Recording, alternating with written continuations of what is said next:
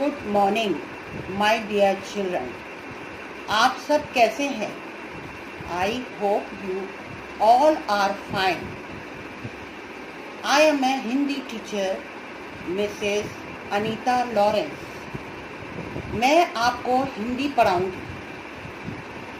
मैं आपको ये बताना चाहती हूँ कि हिंदी की 2 कॉपीज़ बनाना है जिसमें आपको हिंदी का काम करना है।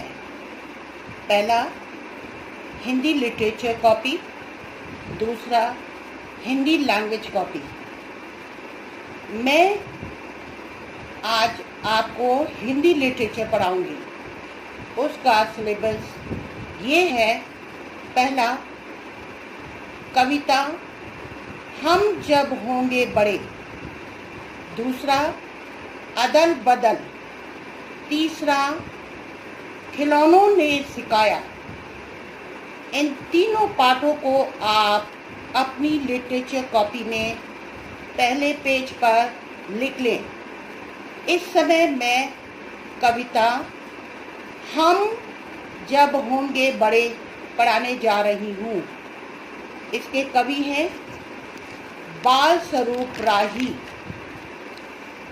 इस कविता में कविवर बाल स्वरूप राही के द्वारा लिखित प्रस्तुत कविता में बच्चों को देश में हो रही बुराइयों को समाप्त करने का संकल्प लेते हुए दर्शाया गया है। इसमें बच्चे देश को दुर्दशा से बचाने का संकल्प ले रहे हैं और कविता इस प्रकार है। मैं हर कविता को, हर लाइनों को पढ़ूंगी और पढ़ने के बाद हर लाइन में मैं उनका अर्थ बताती जाऊंगी। पहला, हम जब होंगे बड़े देखना ऐसा नहीं रहेगा देश।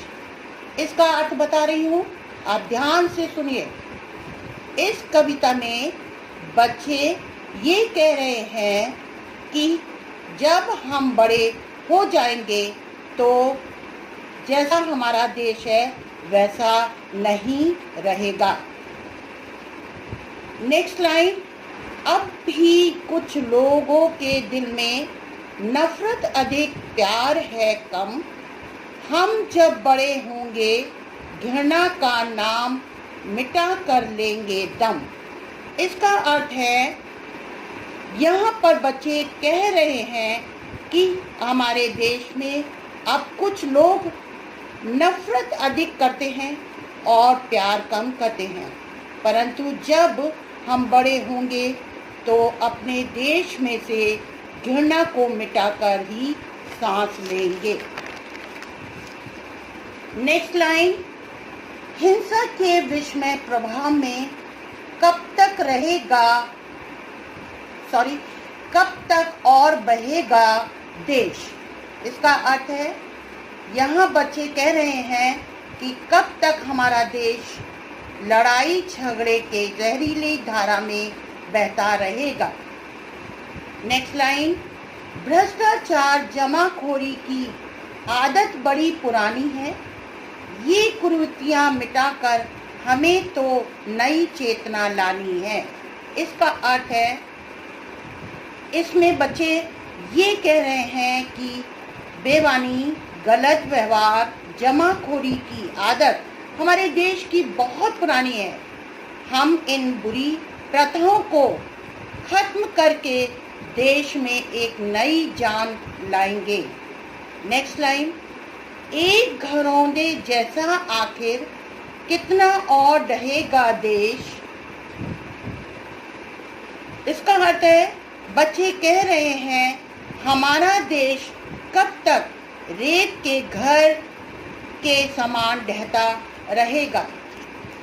नेक्स्ट लाइन, इसकी बागडोर हाथों में जरा हमारे आने दो। थोड़ा सा बस पाँव हमारा जीवन में टिक जाने दो। अर्थ, इन लाइनों में बच्चे कह रहे हैं कि देश की लगाम जब हमारे हाथ में आ जाएगी और हमारा पैर जो है पूरी तरीके से टिक जाएगा तो आगे वे अपने देश में नया देश बनाएंगे। नेक्स्ट लाइन, हम खाते हैं शपथ दुर्दशा, कोई नहीं सहेगा देश। इसका अर्थ है, आगे बच्चे कहते हैं कि हम ये प्रण करते हैं कि जो देश की दुर्दशा है यानी कि बुरी हालत है उसको हम नहीं सहेंगे। नेक्स्ट लाइन, हम भारत का झंडा हिमगिरी से ऊंचा फहरा देंगे, रेगिस्तान बंजरों तक में हरियाली लहरा देंगे। अर्थ है, हम जब बड़े होंगे तो अपने देश का झंडा हिमालय से भी ऊंचा फहराएंगे और जो हमारे देश की रेतीली और बंजर माने बेकार भूमि में हरियाली को लहरा देंगे।